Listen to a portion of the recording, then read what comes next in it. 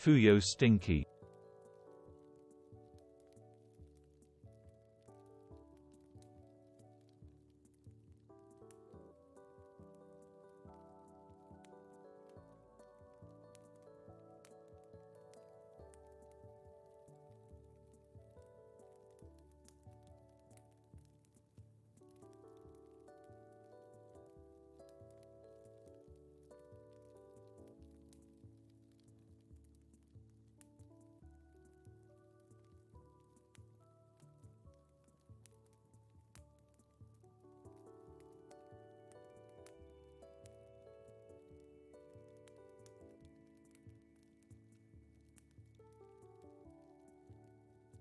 Stinky but also comfy stream incoming.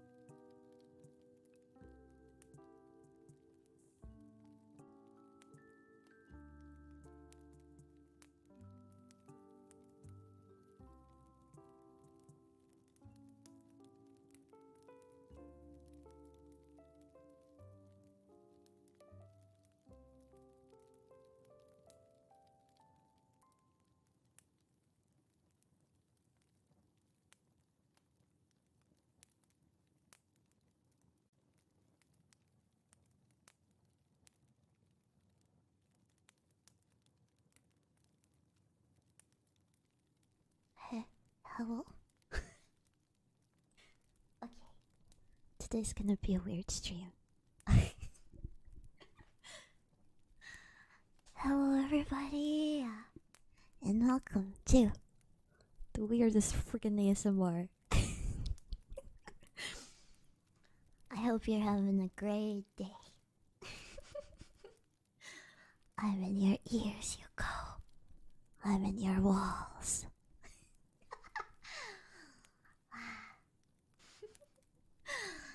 I hope you guys are having a good Christmas time. I'm gonna just quickly describe to you what the frick this setup is. So it consists of 2 mics, an old one, and a new one. And it's weird.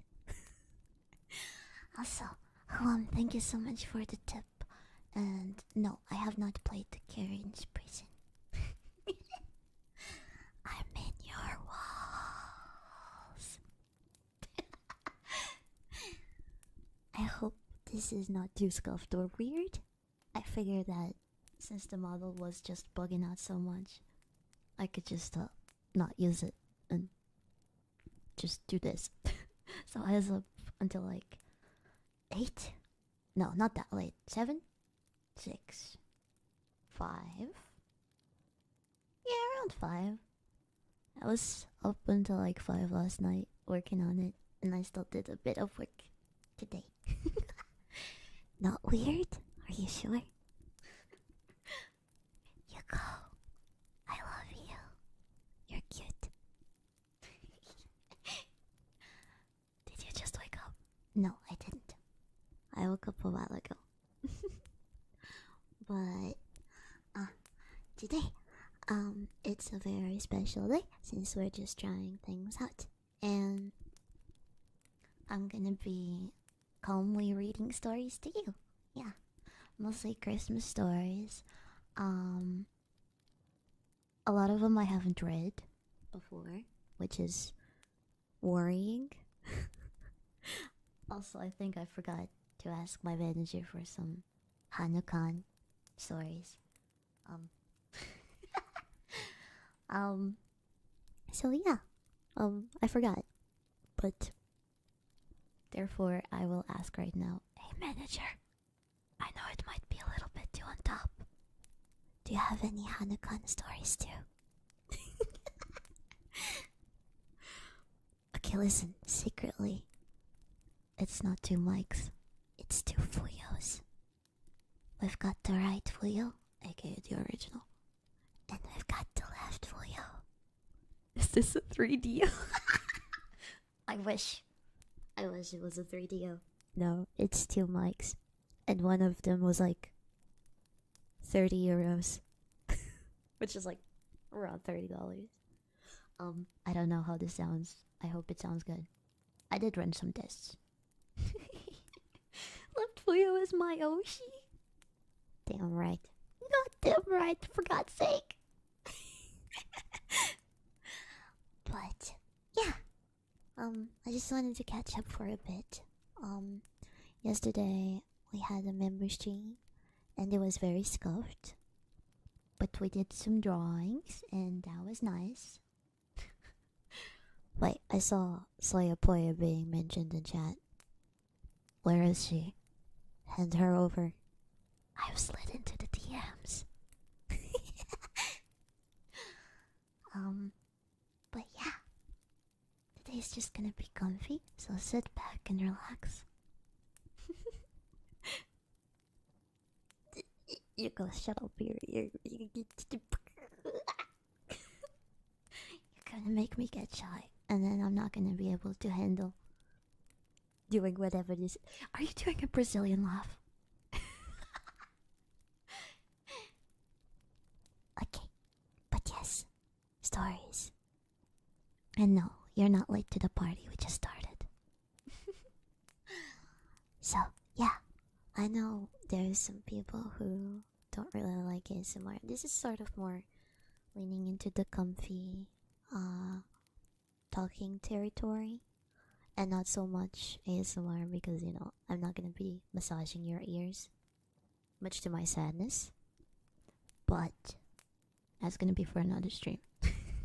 Today it's just comfy whispering and talking. Yeah. You guys have never heard me talk this softly, have you? You wanted a story? Now this is a story about how my life got flipped and turned upside down. I'm sure that's a reference to something, manager, but I stand too much of a zoomer to understand it. Do you spin the mics around your head? No. I'm holding one of them in my hand, and the other one is in an arm. So, no. I had a little stand for this one mic that I'm holding, but I was too lazy to put it on the stand. But it's alright. What the frick? You never heard of the Fresh Prince? No. What the frick is that? What is that? I don't know what that is. Oh, come on. I'm not gonna yell and scream in your ear. I would never do something like that. Unless you ask for it. You trust me, right?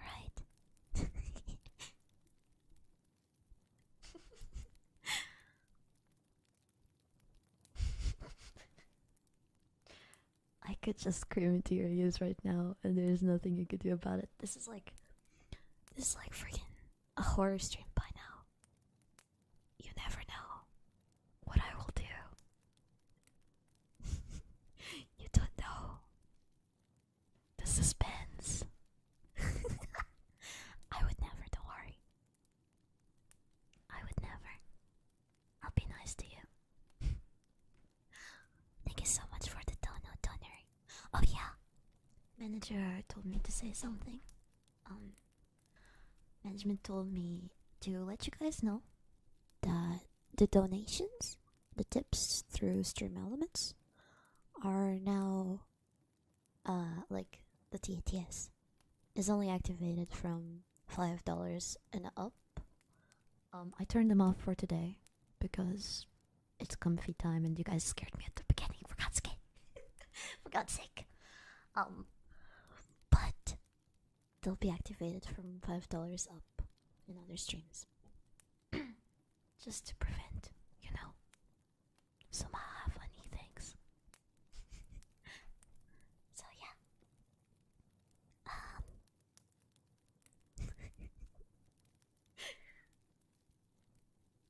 Anyway. Let me just do this. Okay.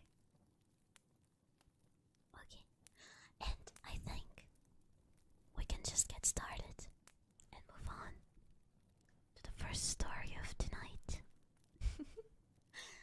And, just vibing too, because we're here to vibe. So let me bring up the story.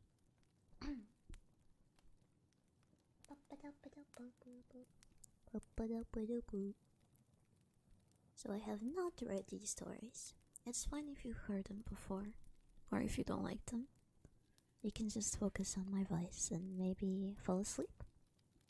Or maybe just stay awake. Okay. How about we start with The Night Before Christmas? Yeah.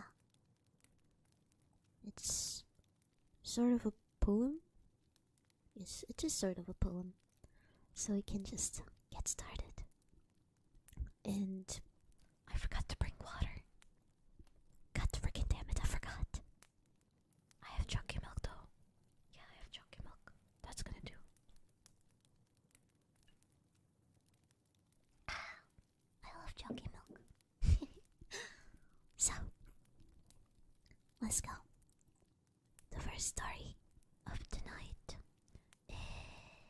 is The Night Before Christmas by Clemency Moore. Clemency Moore. Yeah. Okay. I hope you enjoy it. I don't know if this music is fine. It should be fine. I want to have a little bit of a... never mind. It's fine. We like fireplace. Forget I said anything.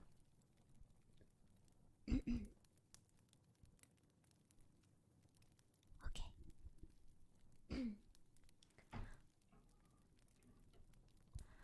It was the night before Christmas, and all through the house, not a creature was stirring, not even a mouse.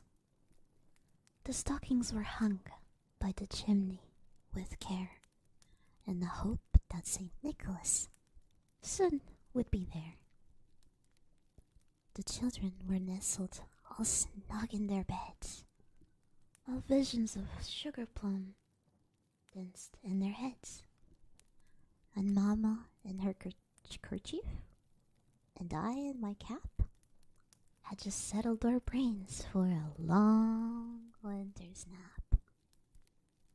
When out on the lawn there arose such a clatter, I sprang from my bed to see what was the matter. Away to the window I flew like a flash, tore open the shutters, and threw up the sash. The moon on the breast of the new fallen snow gave the luster of midday to objects below, when what to my wondering eyes should appear but a miniature sleigh and 8 tiny reindeer, with a little old driver so lively and quick, I knew in a moment it must be Saint Nick. More rapid than niggles, his courses they came, and he whistled and shouted and called them by name. Now, Dasher, now, Dancer, now, Prancer, now, Vixen, oh, Comet, on, Cupid, on, Dundeer and Blixen. To the top of the porch, to the top of the wall, now dash away, dash away, dash away, all. As the dry leaves before the wind hurricane fly, when they meet with an obstacle, mount to the sky. So up to the housetop the coursers they flew, with the sleigh full of toys and St. Nicholas too. And then in a twinkling I heard on the roof the prancing and punning of which tiny hoof. Oof. As I drew in my head and was turning around, down the chimney St. Nicholas came with a bound. He was dressed all in fur, from his head to his foot, and his clothes were all tarnished with ashes and soot. A bundle of toys he had flung on his back, and he looked like a peddler just opening his bag. Is that an innuendo? It sounds like an innuendo. His eyes, how they twinkled. His dimples, how merry. His cheeks were roses, his nose was like a cherry. His droll little mouth was drawn up in a bow, and the beard on his chin was as white as the snow. The stump of a pipe he held tight in his teeth, and the smoke it encircled his head like a wreath. He was chubby and plump, a right jolly old elf, and I laughed when I saw him, in spite of myself. A wink of his eye and a twist of his hand soon gave me to know I had nothing to dread. He spoke not a word, but went straight to his work, and filled out the stockings, then turned with a jerk, and laying his finger aside of his nose, and giving a nod up the chimney he rose. He sprang to his sleigh, to his team gave a whistle, and away they flew like the down of a thistle. Thistle. But I heard him exclaim, ere he drove out of sight, Merry Christmas to all, and to all a good night. Okay, that was the first story, possibly the shortest one. And it was nice. I always like rhyming poems. I don't know why. I'm a sucker for them. I'd never heard this one before, have you? I wonder if it's like a famous tale to tell. Or if I'm just, not uncultured. Yeah. Okay. How about we move on to the next one? It's famous? Alright, good. So yeah, I think we can move on. I hope you guys have gotten comfy and warm. Wait, there's a Spanish version? Can I maybe find the Spanish version? And let you hear my butchered Spanish. Hold up. The night before Christmas, Spanish. La noche. La pre-Christmas noche.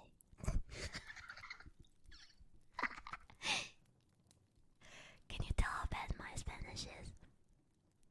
It's not bad. It's great.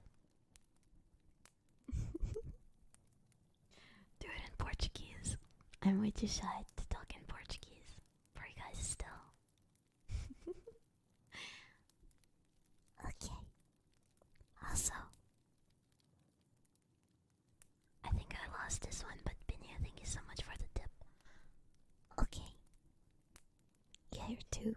voices? That's good. Because there's two of us here. There's the left one and the right one. Okay. Let me grab the next story.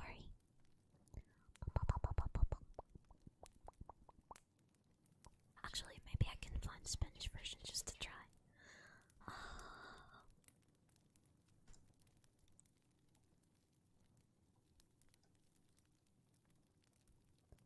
How do you write Christmas in Spanish? I forgot. It's fine. This is all under control. Just relax and pretend that I know what I'm doing.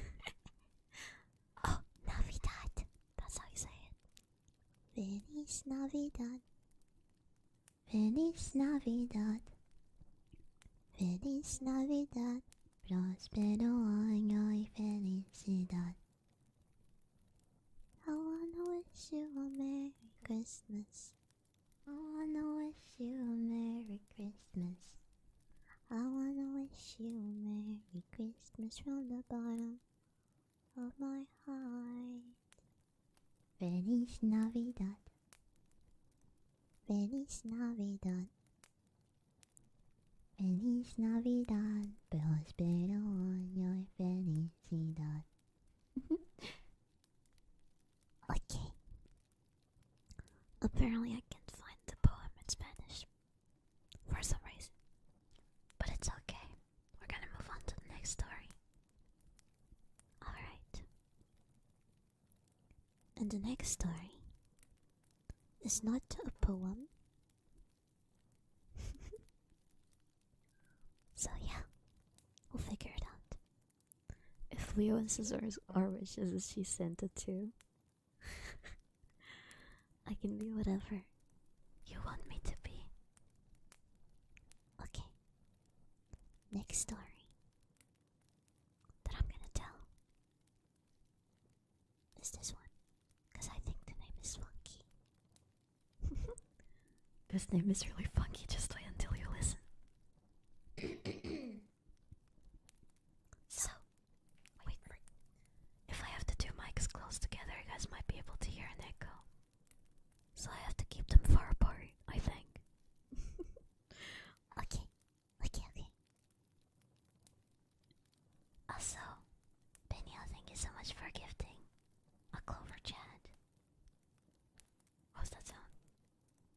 Oh, it's my glasses being pushed against the mic. Okay. Let me see. Okay. So this next story that I'm gonna be telling is called Christmas Tree, or Po Hu Tu Ka Wa, whatever that means. And it was written by Isabel M. Peacock. Sorry, I'm fine. Okay. I'll now proceed.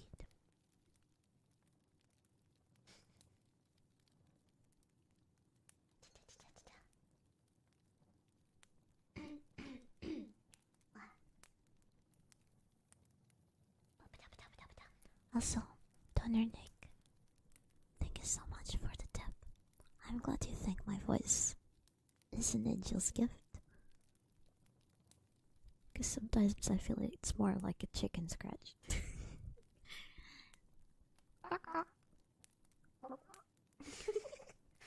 Sorry, I'm trying not to be too loud. Okay. Let's start.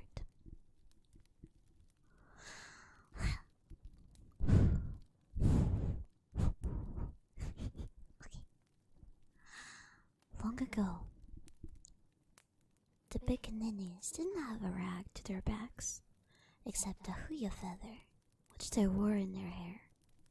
They were the jolliest, tubbiest, brownest babies you ever saw, with tiny nubby knobs on their shoulders, as if they had started to grow wings and then changed their minds about it. Their little, furry, pointed ears, as all wild creatures have. Only these were not wild, but very, very shy.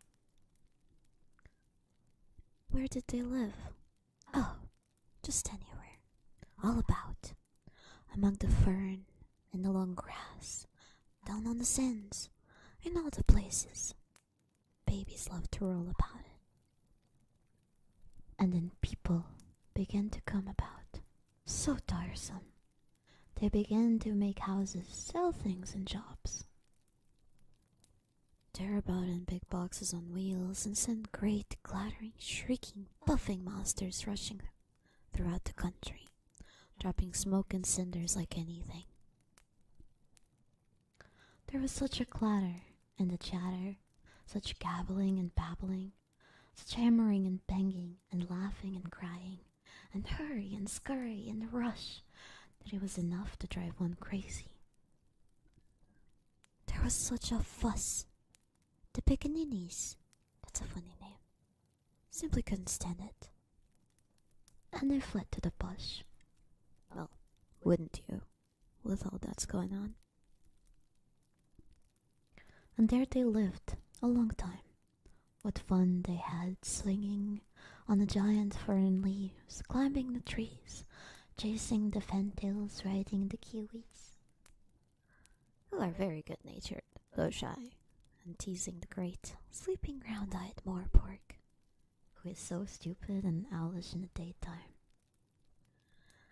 And then people came into the bush. Did you ever? The pickaninnies took to the trees altogether then, and no wonder.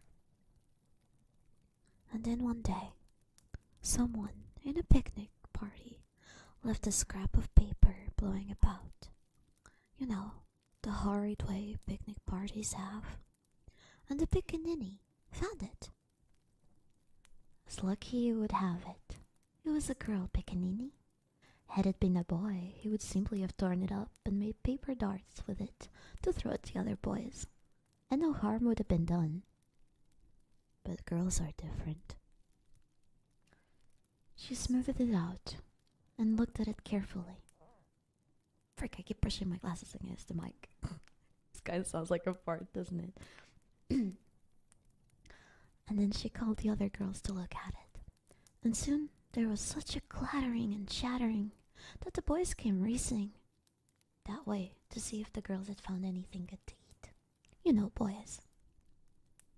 The scrap of paper was a page out of a fashion book, and there were pictures on it of horrid little smug-faced boys in sky-blue suits bowling hoops, in a way no real little boy ever bowled a hoop in his life, and simpering little girls in lace frocks holding dolls or sunshades in an unnatural attitudes. But the pickaninnies were delighted. To be sure, they were looking at the pictures upside down, but that made no real difference. They decided they must have clothes too. Of course the boys said, boo, they wouldn't.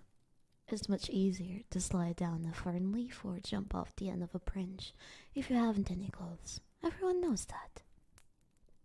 But when the girls, after being absent for hours, came back all in the darling little crimson kilts, made out of blossoms from the Christmas tree, the boys simply couldn't bear to think the girls had something they hadn't got.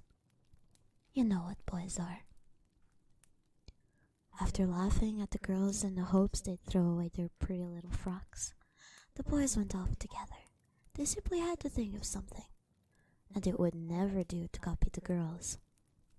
They came back later with the quaintiest little breeches, made out of broad black sleeves stitched together with the points downwards.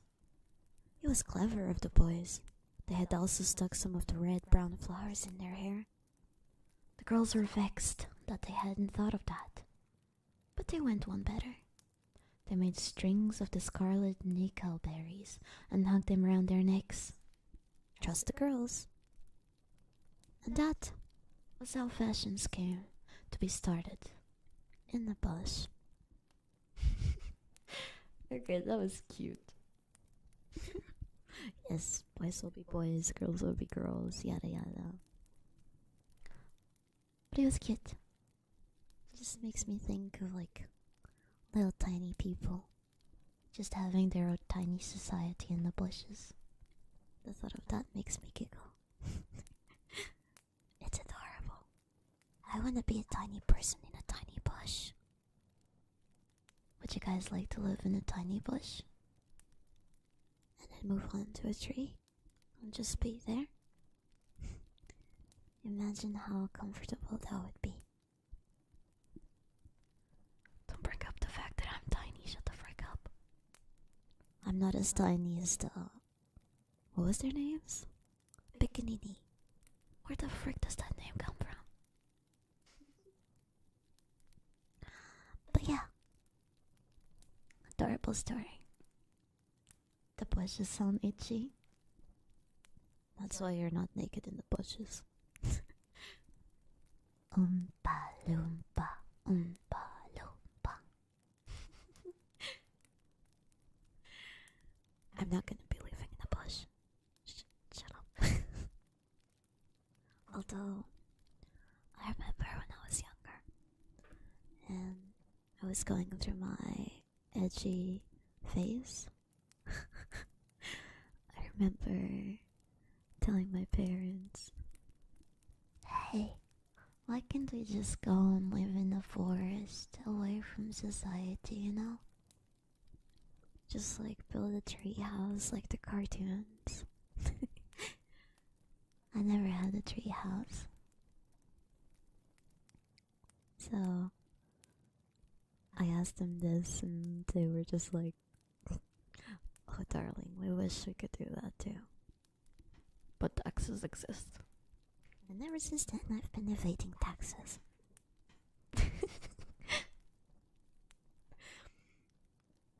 I wish I could live in the forest, but then there is no internet, and then how the frick would I stream? Yeah, that's why I gave up on that idea.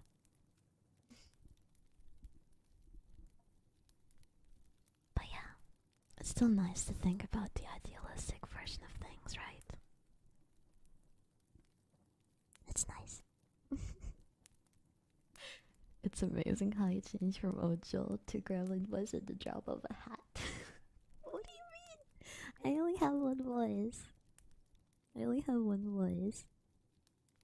I don't know. I always find it hard to have it go down and comfy. But I'm glad you guys like it.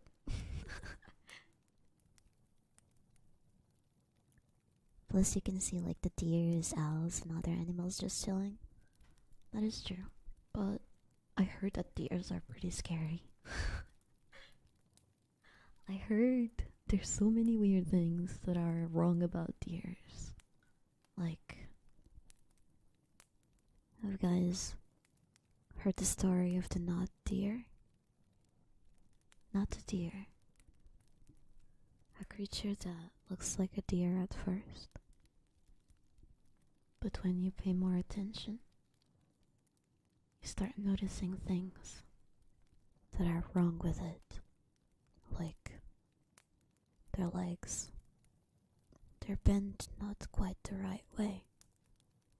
And the size. Oh, the size. When you get closer, you see how much bigger they are. Maybe skinwalkers. Nobody knows what they are. But one thing's for sure, there have been many sightings.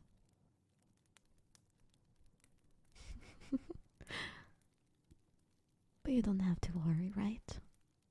We live in a society away from the forest. But if you see a deer while going on a trip on your car, maybe try not to look in his eyes for too long. Because it sees you too. Anyway, let's move on to the next story. before I keep going on about not tears over and over again. I'm not a skinwalker, come on.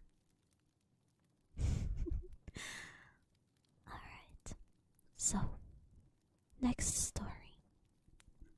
Let me bring it up. This time.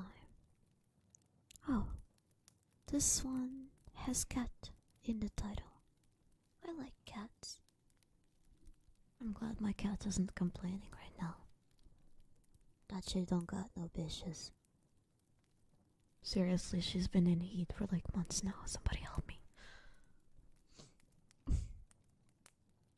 But okay, let's move on to the next story. Oh, the name of this author is weird. It has a weird O with a cross in it. Okay. This next story is titled The Cat on the Doverfield. No, on the Doverfield. Yeah. It's funny that I'm reading stories and probably I'm the most illiterate out of all my jetmates. I can't read, but I'm trying my best and that's what counts. Okay, moving on.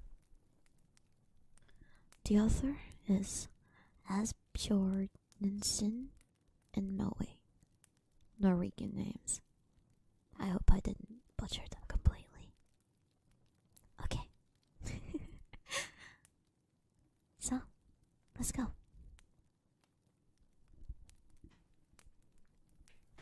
gonna take a sip of chocolate milk before I continue.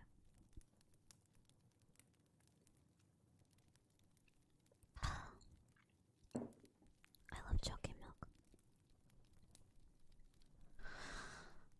Once upon a time, there was a man in Finnmark who had caught a great white bear, which he was going to take to the king of Denmark. Now, it so fell out that he came to the Doverfell just about Christmas Eve, and there he turned into a cottage where a man lived whose name was Halvor, and asked the man if he could get the house room there for his bear and himself. Heaven never helped me, if what I say isn't true, said the man.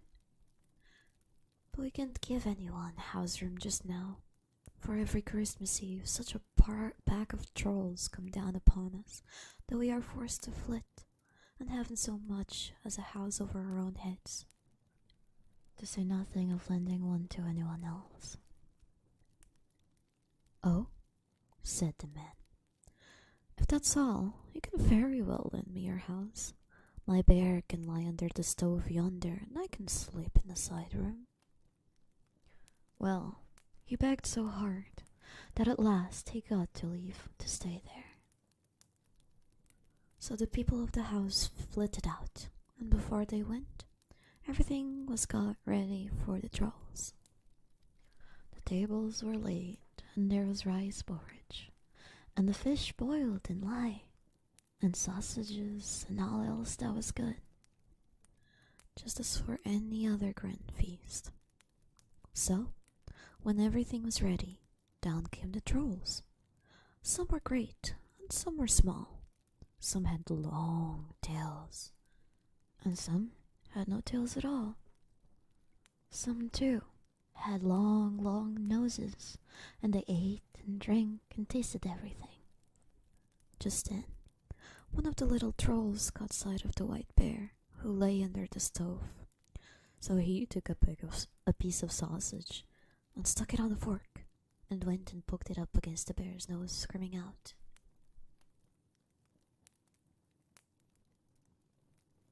"You nerd, will you have some sausage?"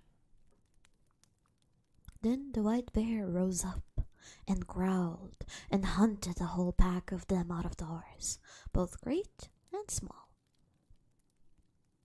Next year, Halvor was out in the wood on the afternoon of Christmas Eve, cutting wood before the holidays, for he thought the trolls would come again, and just as he was hard at work, he heard a voice in the wood calling out, Halver, Halver.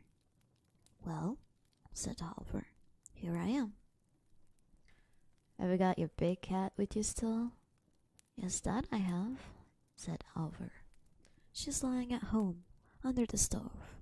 And what's more, she has now got 7 kittens, far bigger and fiercer than she is herself. Oh, then, I'll never come to see you again, bawled out the troll away in the wood. And he kept his word. For since that time, the trolls have never eaten their Christmas brews with Halver on the Doverville. Little trolls being little menaces. Back in Leprechaun land, remember where I'm from? We live pretty close to trolls too. They're little menaces indeed. Yeah, they do a little bit of trolling. But they are a bunch of cowards. So they can just wish for some big scary thing and then they'll just go running away. They also stink. And they have gigantic feet. You know what they say about gigantic feet? Big heart. Probably. So the moral of the story is pet bears are great. Yes, basically that's what I got from that story too. Did you moderate amount of tomfoolery? Don't you mean trollfoolery? Yeah. No, I do not have any troll blood. I'll have you know. Okay, maybe a little bit. I think I had like a great grandma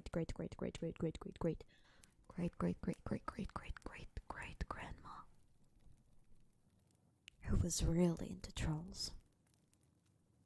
So she married one.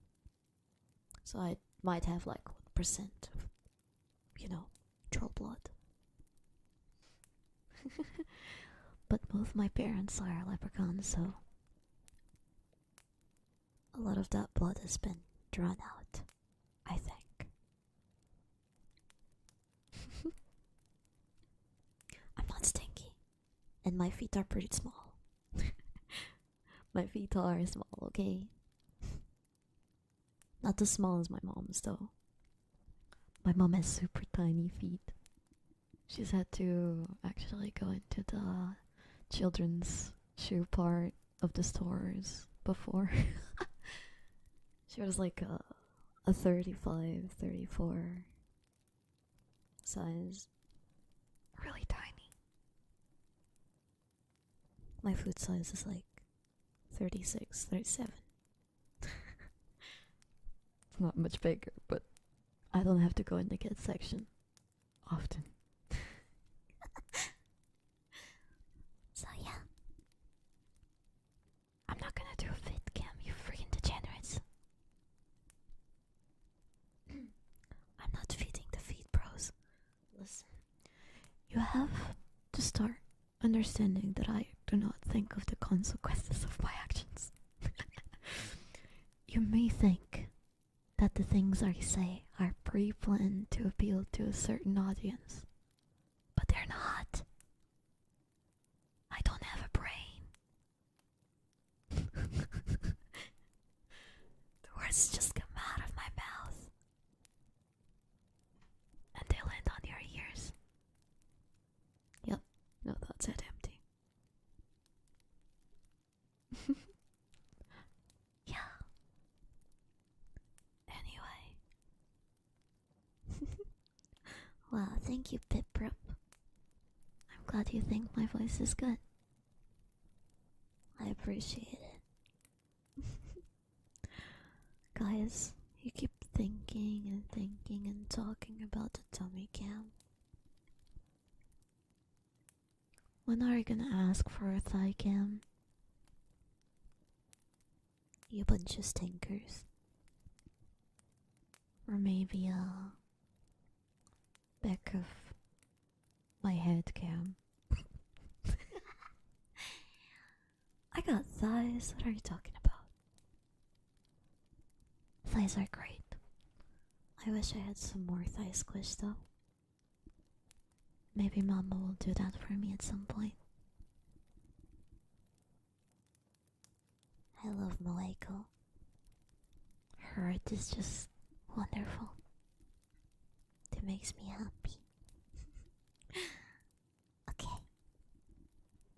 So, I think we can move on to the next story. And next in line on my Christmas stories list, we've got this one. I think this one is longer, so I hope you guys can catch a little bit of what the story actually is, because I've never read it before. But let's go. Okay, so this next story, for God's sake, stop talking and thinking about tickling. You're not gonna tickle my tummy. You can't. Also, Bakuman, thank you so much for renewing your Lucky Clover Chat membership. I appreciate it. I hope you enjoy. Okay, let's go. Next story. This story was written by an unknown Bulgarian author. So, I have no idea who the author is. Just says it's unknown. And the story's name is The Little Girl in the Winter Whirlwinds. And before I start, can I ask you guys, what the frick is a whirlwind? Isn't it like a tornado? Bulgarian is a cool word. Bulgarian, Bulgarian, Bulgarian. Bulgarian, Bulgarian, Bulgarian. Bulgarian.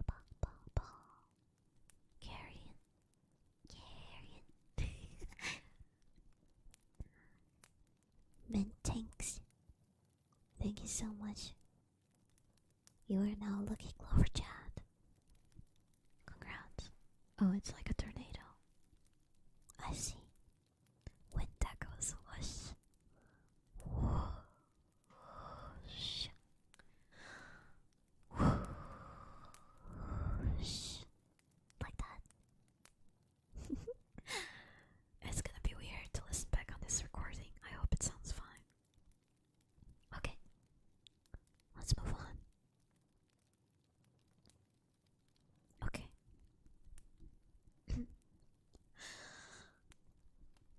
One year, the wicked winter witch decided to stop spring from coming on time and make winter the only season on Earth. Mother fricker. She hid the sun behind dark clouds and covered the earth with heavy snow. So, one morning, the people from a small mountain village woke up and found their houses buried under the snow up to the roofs. They started digging tunnels from their own to the neighboring houses and gathered in small groups to decide what they could do. They finally decided that the best thing to do is to send someone on the highest mountain peak, where the good wizard Father Frost lived in his palace of ice, and ask him for help. But no one was willing to go on such a dangerous trip. "I am ready to go," an old man said, "but I'm afraid I'm too old and slow to reach the peak on time. If only I was 20 years younger." "Don't worry, grandfather. I will go," his little granddaughter said. She was an orphan, living in his home since her parents died. "No, not you," the neighbors pitied her. "You are too young and tender for such a hard job. You don't even have a warm coat. No hat and scarf, not even woolen mittens." "I'm not afraid," the little girl said. My feet are strong, and I am as fast as a mountain goat. But you'll freeze up there, with no shelter to hide from the frost. I will not, the girl said firmly. I have a warm little heart full of love for everyone. It will save me from the frost. She's death flagged. Go, my child, the old man said. I know your good heart, and I trust it. This is so gonna go wrong. The children, who were all her friends, gave her the warmest clothes. Here, take my coat, one of them said. My mittens are so warm, put them on, said another. Take my hat, my scarf, my woolen socks, and my boots. Soon, the little girl was ready to go. She waved back at her friends and started for the snowy mountain peak at a quick pace. She went further and higher, never thinking about rest. Soon, she was able to see the glittering ice on top of the highest peak. All of a sudden, the whirlwinds woke up from their sleep, and, noticing the little figure in the snow, became furious. Who dares trespass our property? Let's show her who we are, they screamed. Let's blow at her so hard until she forgets where she's heading for. And they started whirling fiercely around the girl. But she only huddled into her warm coat and bravely went on. The whirlwinds got very tired, and one after the other fell on the ground, gasping for breath. What a strong girl, one of them said. We are exhausted and she's not even tired. No human being has ever overmastered us, let alone such a fragile little girl. If we cannot manage ourselves, let's call our sisters, the blizzards, for help. And so they called for the blizzards. Hearing them, the blizzards became very angry. She will pay for that, they roared and threw themselves after her. It was a long and uneven struggle, but the girl overcame the blizzards too, thanks to her strong, warm heart that never let her feel fear or weariness. The blizzards fell on the ground, breathing heavily. That's a shame, one of them hissed. We were not able to stop her. Let's call our mother for help. Mother, mother, they all screamed. Come to help. Their mother was the frosty winter witch. She came at once and said, I saw everything. Now listen to me. When you cannot defeat someone by force, turn things the other way around. Let's be good to her. What do you mean, to kiss her? A whirlwind asked unironically. No, ironically. I can't read. The whirlwind asked ironically. Nothing of the sort, the frosty winter said. Let's just try to be polite and kind so she will never suspect us of any evil thoughts. So the winds stopped and the blizzards went away. The frosty winter witch appeared before the girl, in like a beautiful young woman, in a sparkling white gown, with long white hairs and a crown of icy diamonds. Elsa, is that you? Let it go, let it go. Am I dreaming? Or is this some sort of good miracle? The girl thought. This beautiful lady has the face of my dear mother, and I can hear her sweet voice singing my lullaby. Oh, how I want to hear some more. I'll sit here for a while, she said to herself. I'm so near to the palace. No more than an hour walking left. I'll be on time. The little girl sat down and closed her eyes. The frosty winter witch grinned in the light. Sleep, little girl, and may you sleep forever. Then she left the sleeping girl on the snowy hill and flew away to tell her children how she managed to deceive the girl. The little girl was sleeping, smiling happily, but the color of her face was changing as time passed. Her pink cheeks became at first red, then blue, then waxy yellow. She was slowly freezing. Until, all of a sudden, something stirred in the snow. A squeaking sound was heard, and a tiny head showed up from a hole in the snow. It was a little white mouse, her shiny black eyes fixed on the sitting figure. "Someone's in trouble," squeaked the mouse, and right after that a number of little holes opened in the snow, and a number of mice popped out of the holes. They ran to the girl and started massaging her feet and hands. But mice were so little and their labors so inefficient that they decided to call their friends, the rabbits, for help. This time, bigger holes opened in the snow, and a number of white rabbits peeped out and ran to the rescue. From the snow-covered pine trees, a number of squirrels jumped down, and soon the girl was covered with white and brown fur all over. The little animals warmed her up with their own furry bodies. They were extremely happy to see her cheeks become red again. Soon, the girl opened her eyes. She thanked her new friends for saving her life and told them why she was here and where she was going. "We are coming with you," the animals cheered. "We also suffer very much from this never-ending winter." Flocking around the girl, the animals accompanied her to the ice palace. There, they all knocked at the gate, but no one answered. What might have happened to Father Frost? The animals wondered. "Let's try to open the door. It's not locked." They opened the heavy gate, and the girl stepped in, followed by her friends.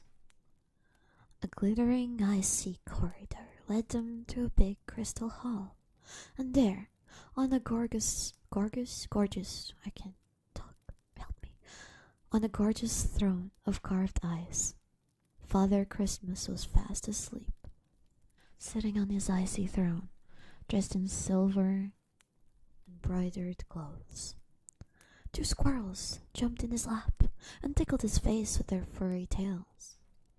A mighty sneezing sound made them all freeze in fear, but Father Chrsimas opened his blue eyes and smiled. "What are you doing here, little friends?" The girl told them everything. "You mean I've slept here while the wicked witch was trying to stop spring from coming? Throughout the whole winter?" Father Chrsimas asked, astonished. "I guess she decided to outsmart me and stay on Earth forever. But I will not let her. Thank you, little ones, for waking me up. Now I'll restore the natural order and give everyone what he deserves."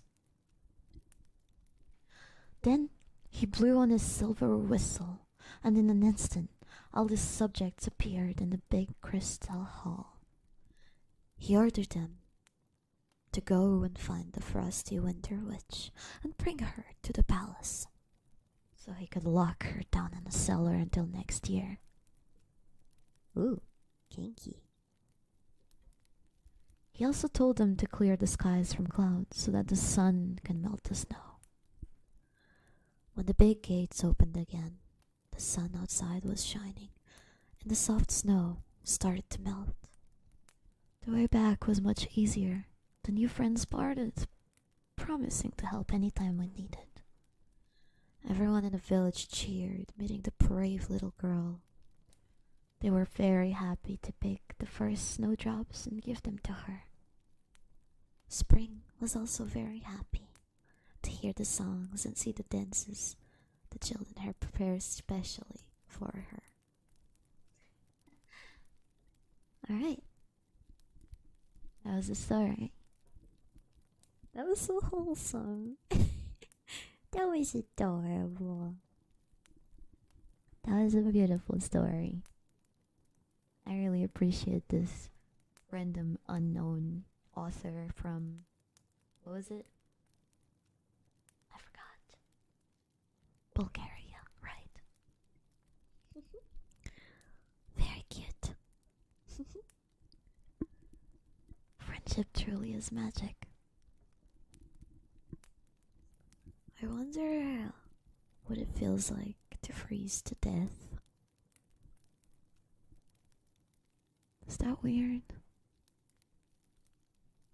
In fact, I think I know a story that I want to tell. It wasn't originally in my list, but it made me think of it.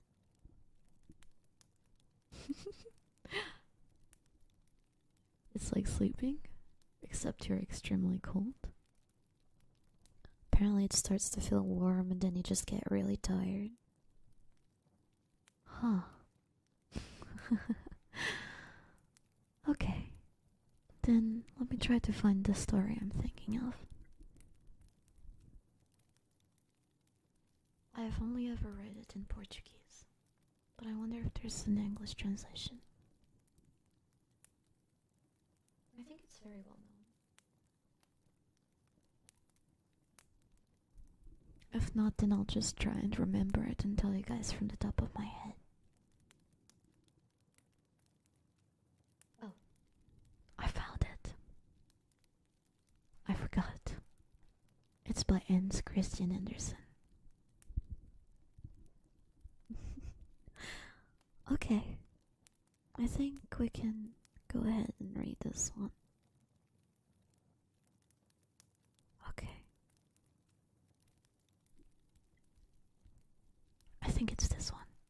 If it's what I'm thinking of, then I can go ahead. I'm sure you guys are familiar with this story, right? Yes, you guys got it right. The Little Match Girl. Story by Hans Christian Andersen.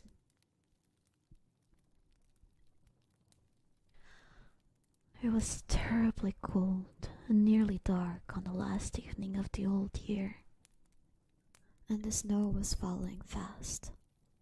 In the cold and darkness, a poor little girl with bare head and naked feet roamed through the streets.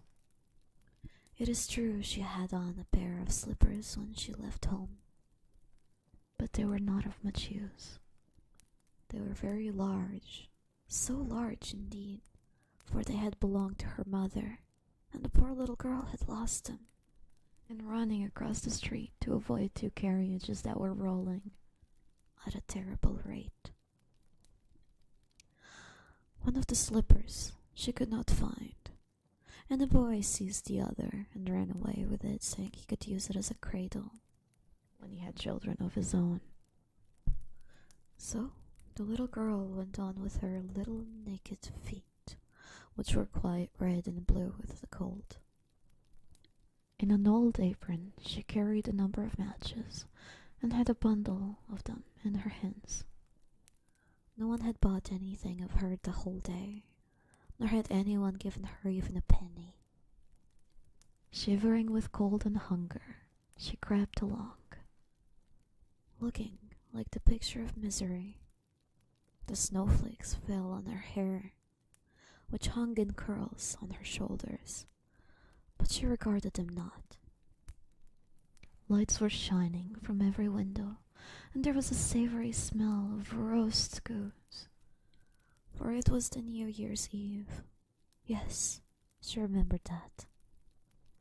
In a corner between two houses one of which projected beyond the other, she sat down and bundled herself together. She had drawn her little feet under her, but could not keep off the cold, and she dared not go home, for she had sold no matches. Her father would certainly beat her. Besides, it was almost as cold as home there, for they had only the roof to cover them. Her little hands were almost frozen with the cold. Perhaps a burning match might be some good, if she could draw it out from the bundle and strike it against the wall just to warm her fingers.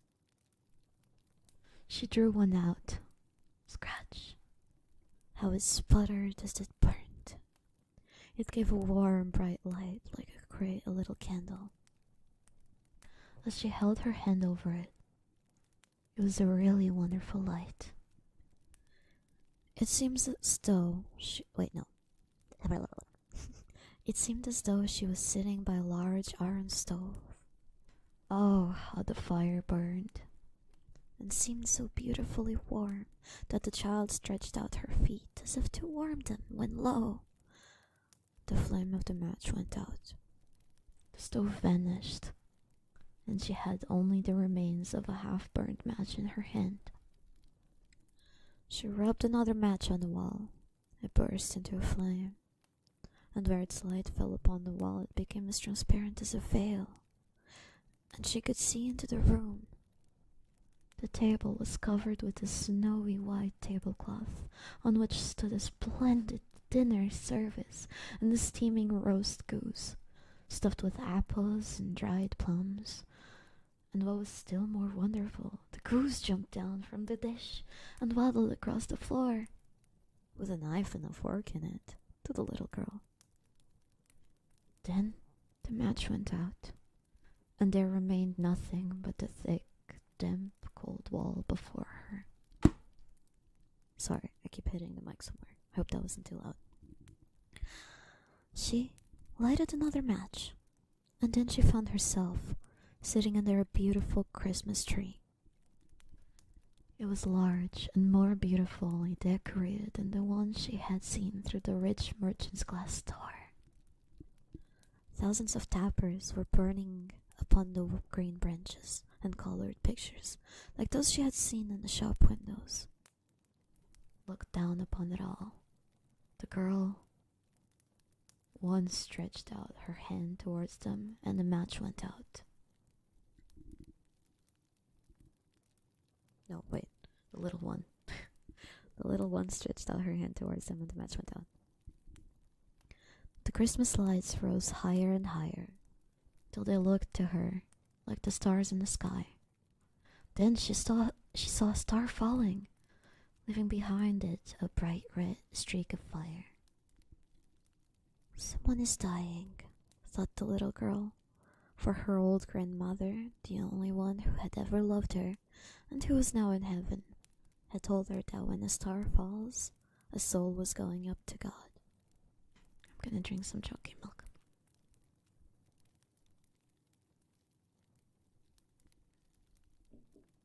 She again rubbed the match on the wall, and the light shone around her.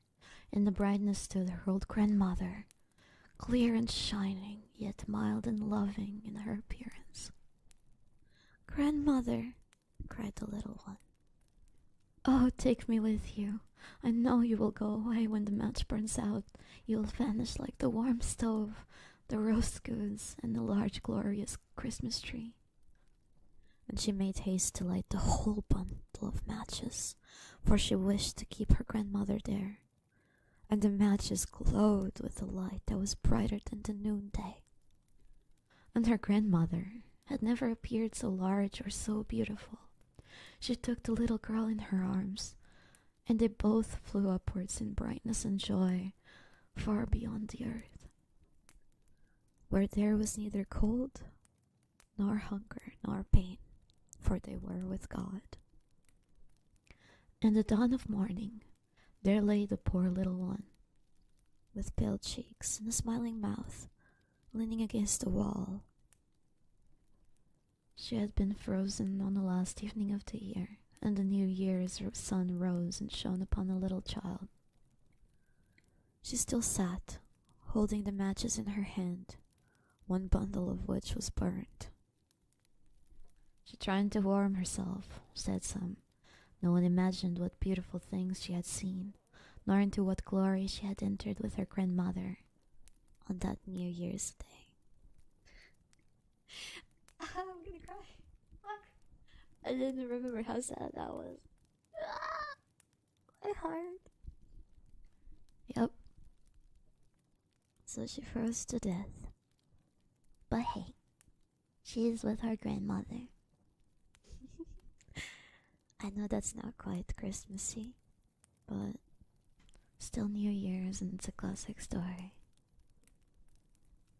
So yeah, freezing to death must not be nice. But still a beautiful story, right? At least I think so.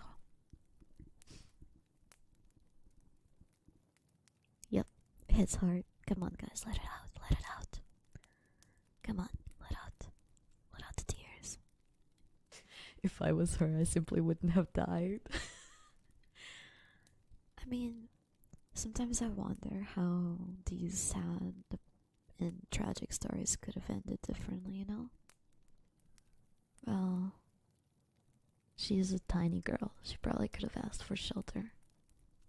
But who knows? In a way, it's better than going back to her father. Yeah? Yeah. It's a fable about Christmas and being sharing. All those people with abundant food and warmth for Christmas could have saved her. Yeah, but, you know, she was outside. She didn't knock. Maybe if she had knocked, she would have been saved. Which is really sad. But still pretty. There's a spin-off where someone buys all the matches, if I recall. I doubt Hans Christian Andersen would have done that, but maybe it's a fan-made thing. Who knows? I'm not sure. I remember being, younger and having these stories told to me in illustrated picture books. And I don't know if it was, the fault of the translation or just the fact that it was appealing to children in that sense. But I remember watching some sort of storybook reading / cartoon, like, about this book. And it did not end well.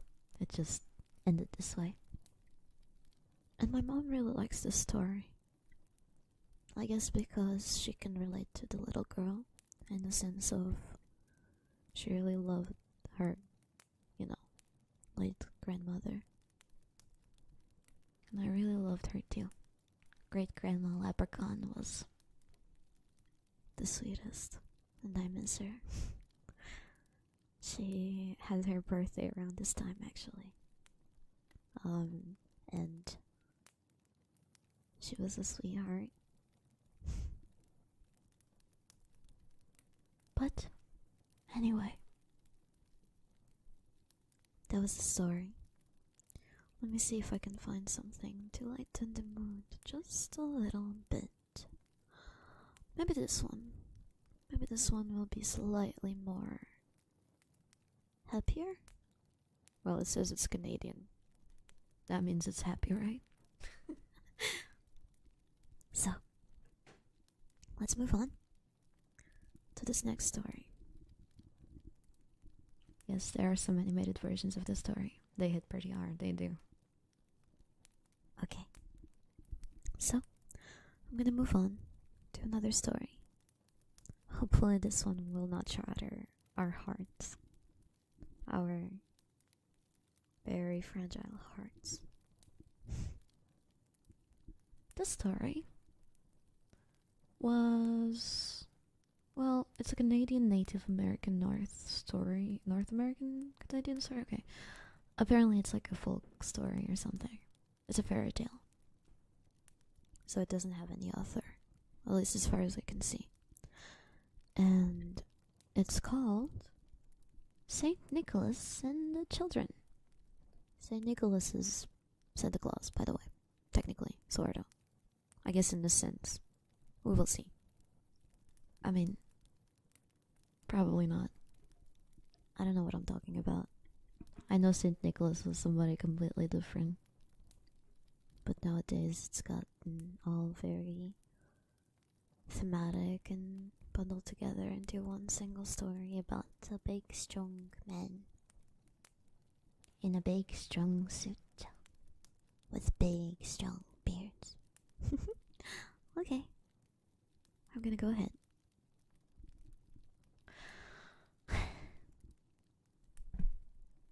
Two little children lived with their grandmother in a remote place in the Canadian forest. They were twin children, a boy and a girl, Pierre and Estelle by name. And except for their dress, it was not easy to tell them apart. Their father and mother had died in the springtime, and in the summer they had left their old home because of its many sad memories, and had gone to live with their old grandmother in a new home elsewhere. In this new home, in the forest, where they now lived, they were very poor.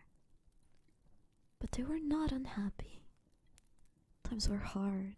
There was very little food to be had, no matter how well their old grandmother worked.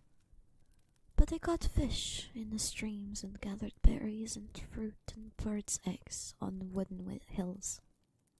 And somehow, throughout the summer, they kept themselves from want. But when late autumn came and the streams were frozen over and the berries were all gone, and there were no eggs for the birds had all flown south, they were often hungry because they had so little to eat. Their grandmother worked so hard to provide for herself and the children that she fell very sick. For several days she could not leave her bed, and she said, "I want meat broth to make me well, and I must have good meat to make it. If I do not get good meat, I will not have good broth. And if I do not get broth, I shall not get well. And if I don't get well, I shall die. And if I die, you two children will surely starve and die too. So meat and meat alone can save us all from starvation and death." So, the two children, to keep themselves and their grandmother alive, set out one morning in search of meat to make the broth. They lived far from other people, and they did not know where to go, but they followed the forest path. The snow lay deep on the ground and sparkled brightly in the sunlight. The children had never before been away from home alone, and every sight was of great interest to them. Here and there a rabbit hopped over the snow, or a snowbird hovered and twittered overhead, all looking for food like the children. And there were holy berries growing in many places, and there was a mistletoe hanging from the trees. And Pierre, when he saw the holy berries and the mistletoe, said, "Saint Nicholas will soon be here, for the trees are dressed and ready for his coming." And Estelle said, Saint Nicholas will soon be here." They were both very glad, thinking of his coming. As they went along, in the afternoon, they came upon an old man sitting at the door of a small house of spruce sprots under the trees close to the forest path. He was busy making whistles, whittling wallow swans with a knife, and tapping gently on the bark until the bark loosened from the wood and slipped easily off. The children stood and watched him at his strange work, for he had merry twinkling eyes and kindly weathered beaten face, and thick white hair. and they were not afraid. "Hello," said the old man. "Hello," said Pierre. "Why are you making little whistles?" "I am making them for Saint Nicholas," said the old man. "He is coming soon for his yearly visit. Indeed, he is already in the land. When he makes his rounds, he always gives whistles, among other things, to good children, and I must have a great store of them ready for him when he comes, for there are many children to supply." Then he went on whittling busily with his knife. The children watched him for a long time in silence, and they thought what a fine thing it must be to work like the old man for St. Nicholas, in his little house of bots under the forest trees. Then the old man said, "You are very small children. What are you seeking so far away from people?" And Estelle answered, "Our old grandmother is very sick, and we are looking for meat to make the broth to make her well." The old man was sorry he had no meat, for he lived on other food. He told them that some distance farther along there was a butcher who always kept meat. But the butcher, he said, was a very wicked fellow, and sometimes little children who entered his shop never came out again. The children were very frightened when they heard what the old man said, and they wondered if they had better go back home. But the old man thought for a long time in silence as he whittled his willow wands, and then he said, "I will give you each a whistle, and when you blow it, Saint Nicholas will always hear it. You must never blow it except when you are in great trouble or distress. And when Saint Nicholas hears it, he will know that you are coming to grief or that harm is already upon you, and he will come himself and send someone to your assistance. But you must only blow one blast. The whistles should be given only by Saint Nicholas himself when he comes at holy time into the land. But you are good children, and your grandmother is sick, and you are trying to make her well, and I know Saint Nicholas will not say that I have done wrong." So he gave the children each a whistle, and then let fear left them, for they knew they could now come to no harm if they had the aid of Saint Nicholas.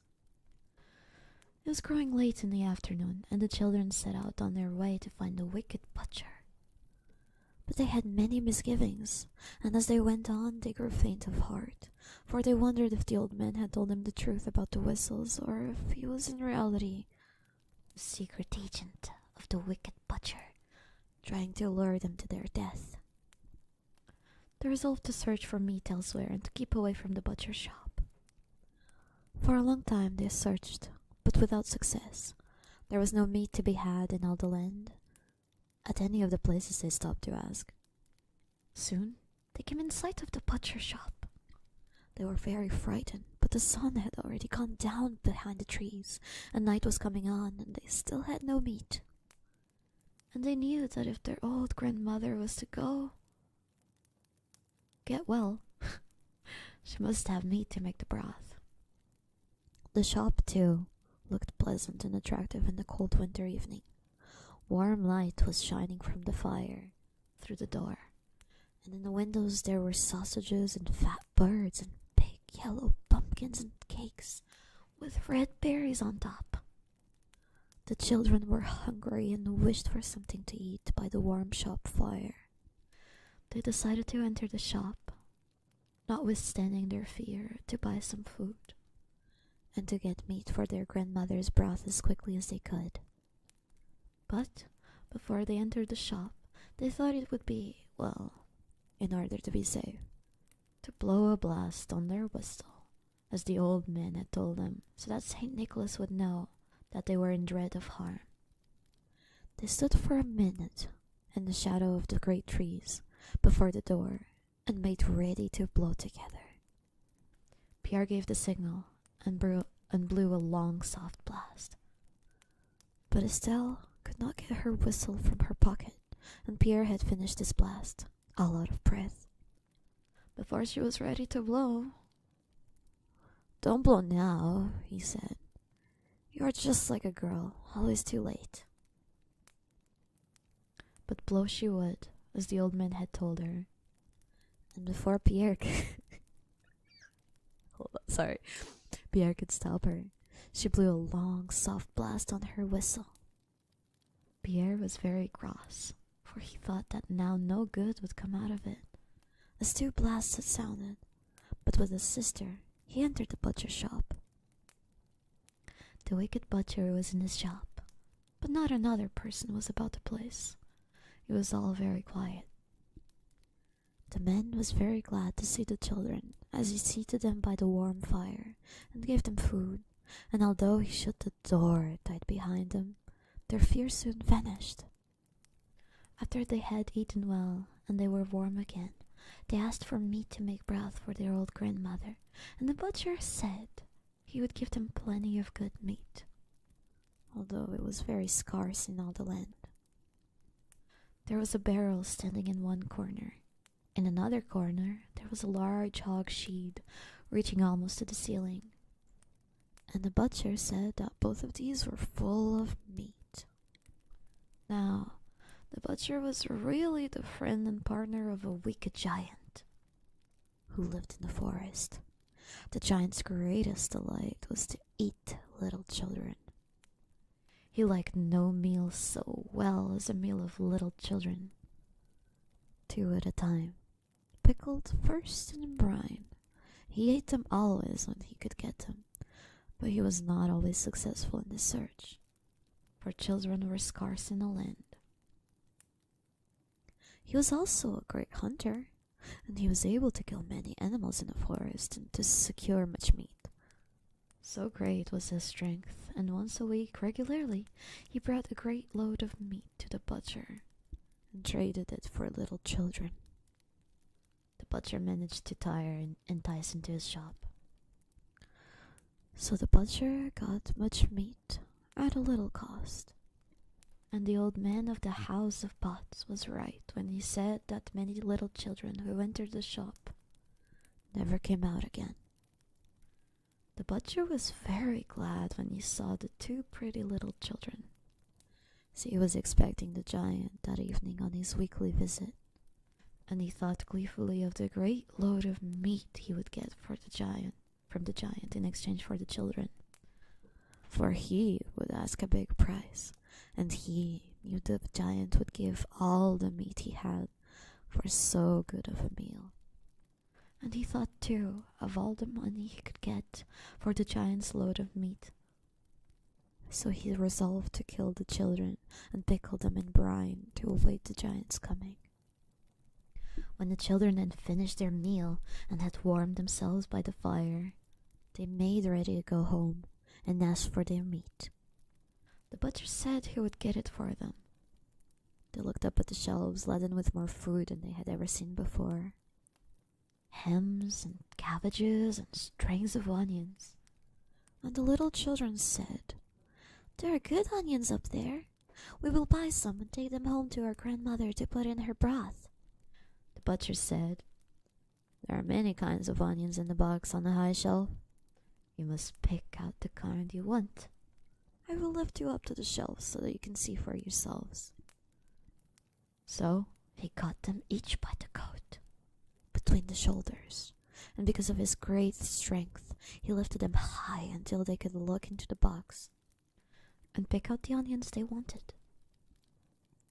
As he took them down, he thrust them straight out from his body at arm's length and held them there, and they laughed because of his great strength. Then he brought them together with terrible force, so that their heads struck against one the other, and they were stunned by the cruel blow. Then he threw them head first into the barrel in the corner, which was filled with brine, not with meat, as he had said.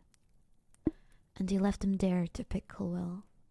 He was greatly pleased with the fine load of meat he would get in exchange from the giant, who, he knew, would appear before many minutes had passed. Soon the giant arrived. He carried on with his back a great load of meat, and he also drew a sled heavily laden with many dressed carcasses of animals he had killed. "What a cheer for me tonight, and what good fortune," he said to the butcher as he entered the warm shop with his load. And the butcher said, "Good cheer and fine fortune. I have a good fat bear for you. Tonight they're already pickling in the brine." Then he uncovered the barrel in the corner and showed the giant the two little children sticking head first into the pickle. The giant smacked his fat lips and chuckled and rubbed his great hands. So pleased was he with the sight of so good a meal. And he said, "We'll let them steep well in the brine until tomorrow. I always like them very salty." They covered up the barrel, and when they bargained about the purchase of the meat, the giant agreed to give the butcher all his meat in exchange for the children. Then they sat by the fire and eating until far onto the night.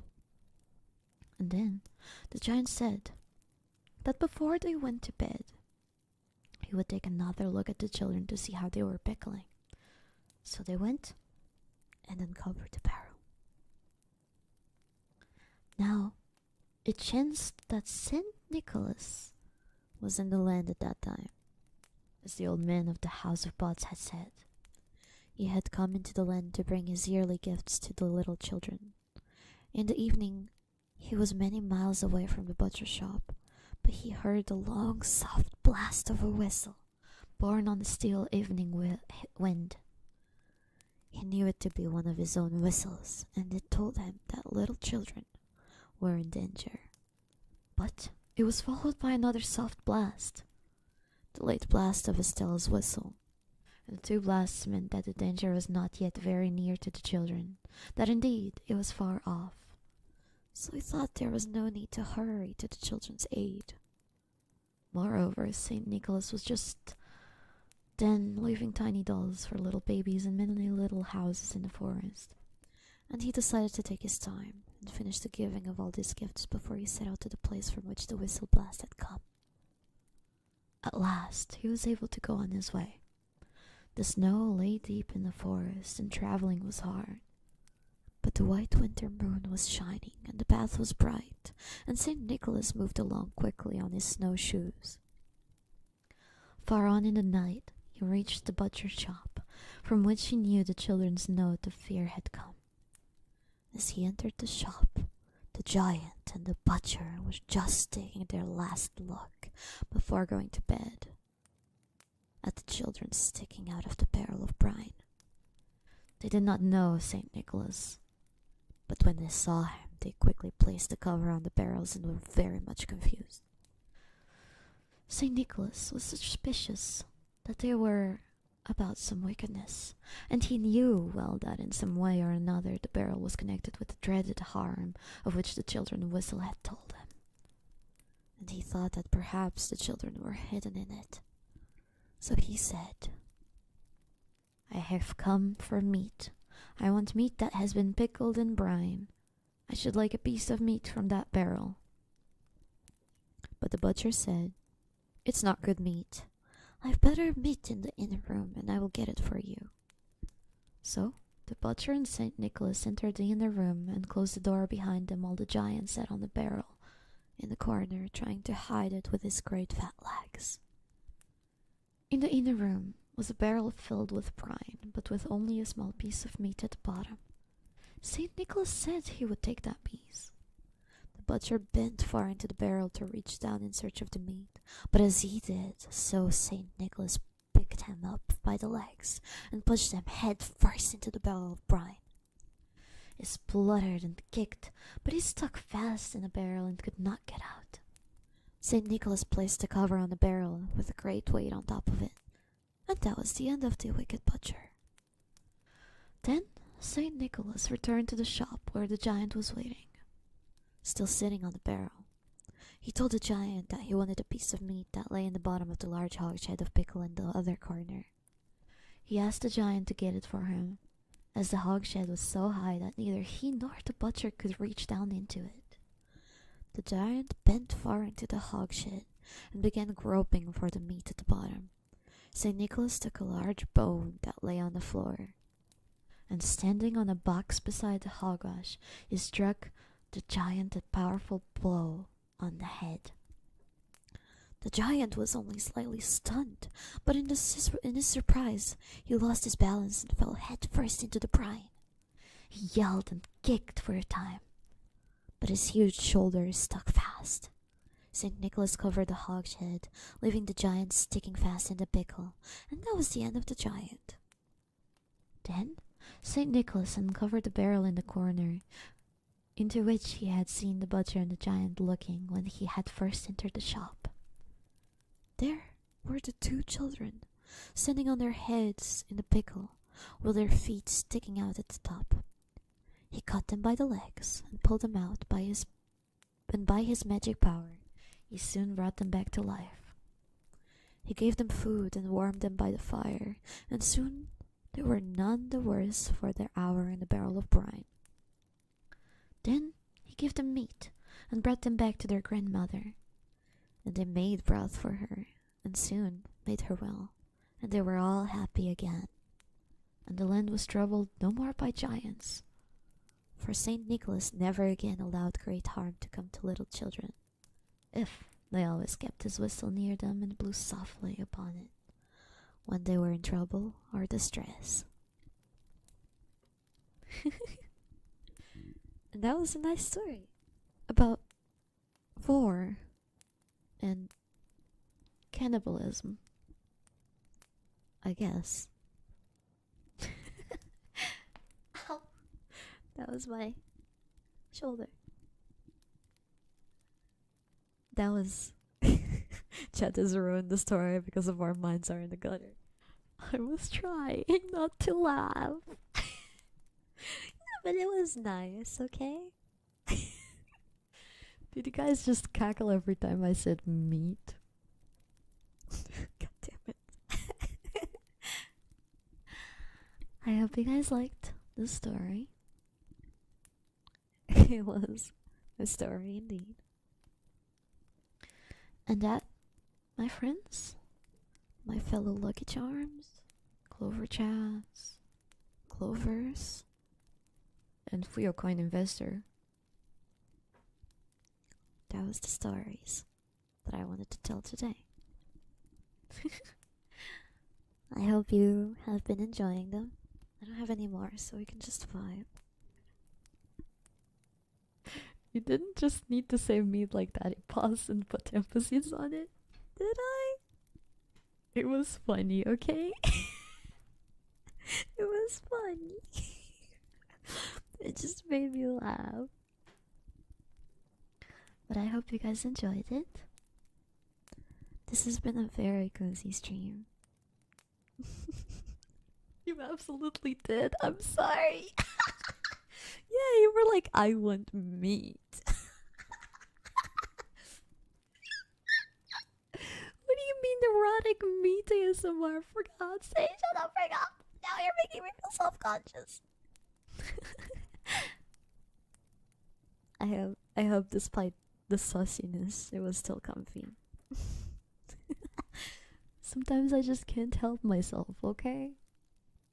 I think meat is a funny word. Okay? It's funny. I hope this wasn't the last of this kind of stream. Oh, don't worry about it. I am pressuring management to get me an actual ASMR mic. And then we're gonna have a lot of these. I promise. Pinky promise. That's me, using my pinky against you. Pinky, pinky, pinky, pinky, pinky, pinky.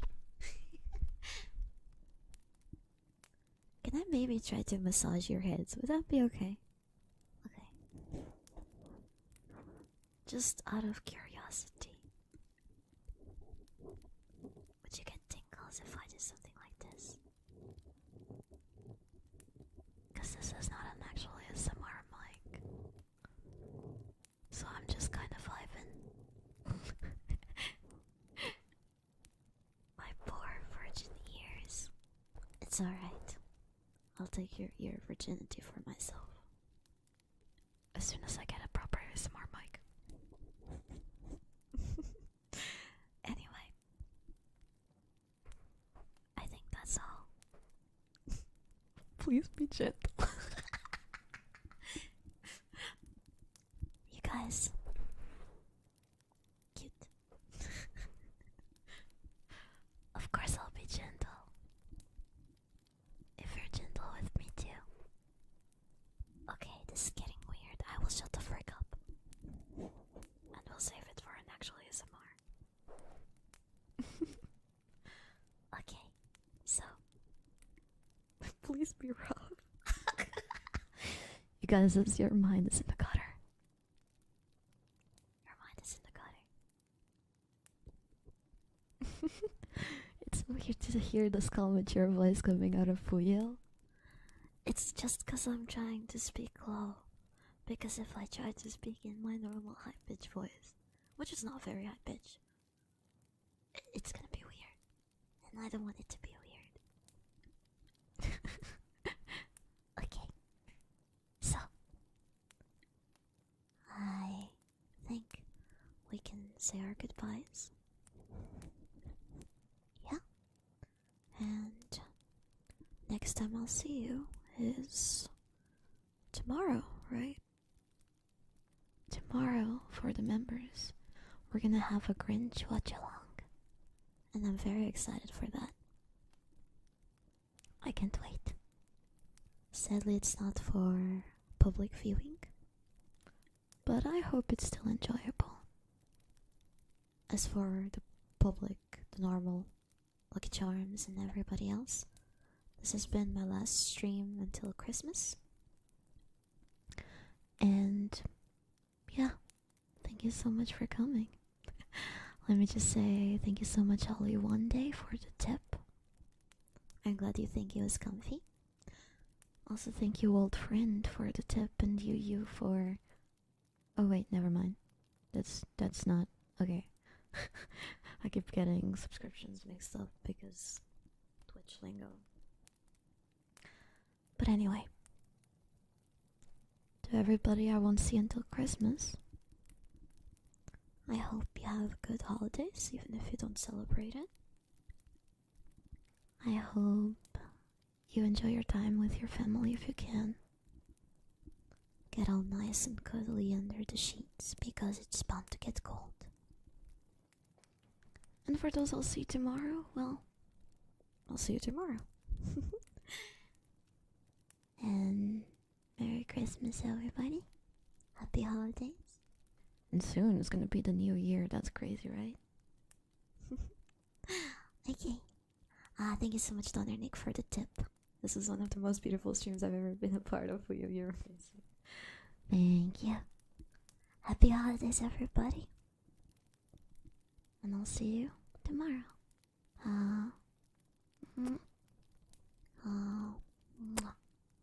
We're doing it like the French people.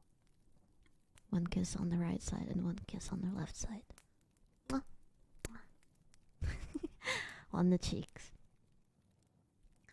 Also, bro, dude, man, thank you so much for renewing the Lucky Clover Chan. I appreciate it. And also, thank you so much. Spank me, please. I like your name. Thank you for the super chat. And Merry Christmas. Yeah. Okay. Bye bye, everybody. Bye bye. Bye bye.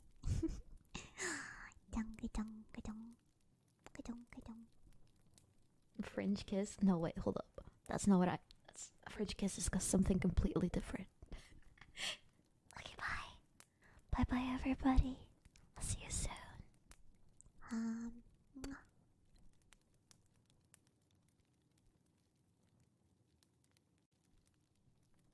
The coins didn't fall properly.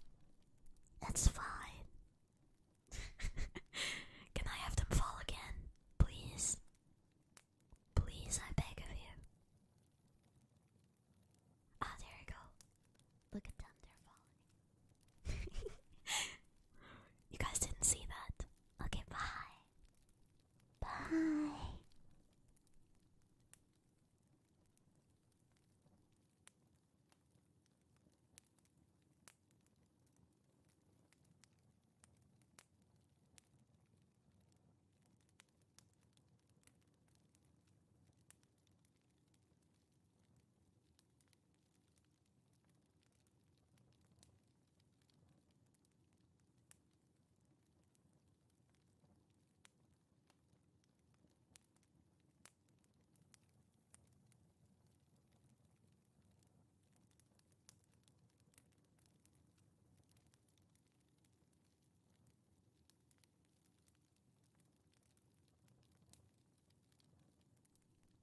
you still think I'm gonna scream in your ear.